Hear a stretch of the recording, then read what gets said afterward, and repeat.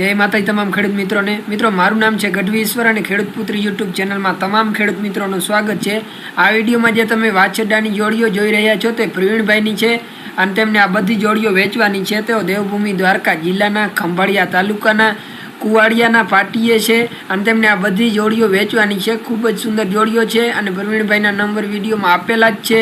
Okay મિત્રો, જય માતાજી।